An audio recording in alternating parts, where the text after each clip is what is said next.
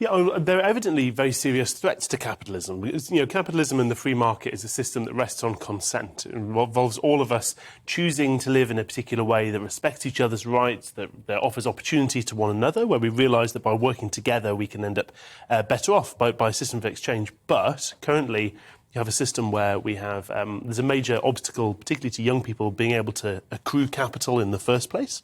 There's an obstacle of, in some industries, you see profit being privatised and losses being nationalised, where the taxpayer picks up the downside, it's all upside. And the third element is you do see some, frankly, bad businesses behaving in a bad way, where I think we should put our hands up. There's some capitalists are sometimes too slow to criticise when bad businesses exploit their position or behave in a negative way. The question is, how do you fix that? And I think particularly the obstacles to accruing capital, locking young people out of the housing market, for example, a lot of that comes from state intervention. The bans in the planning system from building enough homes, or the drive of inflation. You lock everyone away, you prevent them from going to work, and you have to print loads of money in order to help them pay their bills through furlough and so on.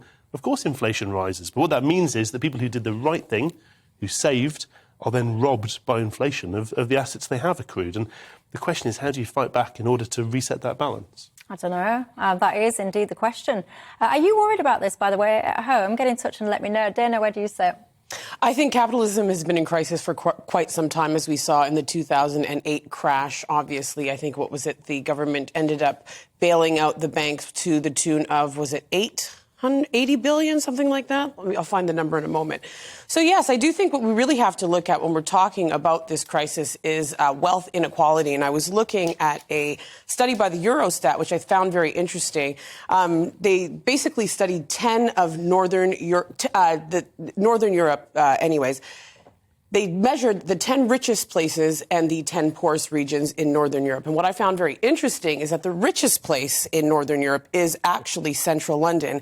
And 9 of the 10 poorest places are also strewn throughout England, with West Wales being the poorest in all of Northern Europe.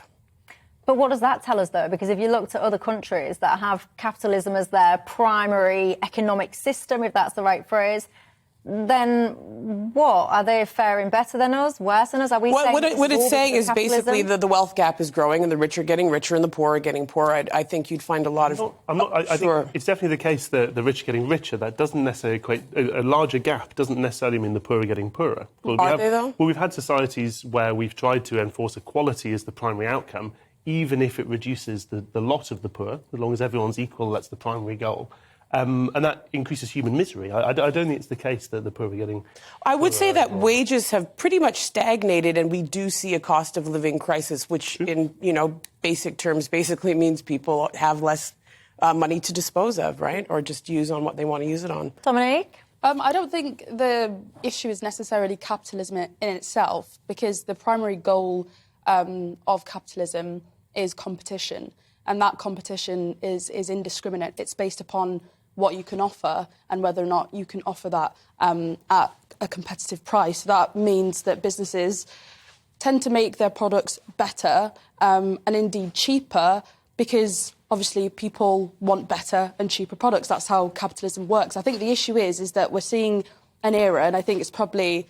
The 2008 crash is a big example of that, I agree, is that we're seeing an era of crony capitalism, not actual capitalism, where certain businesses are given preferential treatment by the state. I mean, we saw that with the COVID contracts that were handed out during the pandemic. Matt Hancock, the former health secretary, was found to have acted unlawfully in that respect by not being transparent enough in terms of the contracts that were awarded. We saw that with the former Prime Minister David Cameron, the scandal that he was in with lobbying on behalf of that collapsed financial firm, Greenhill Capital.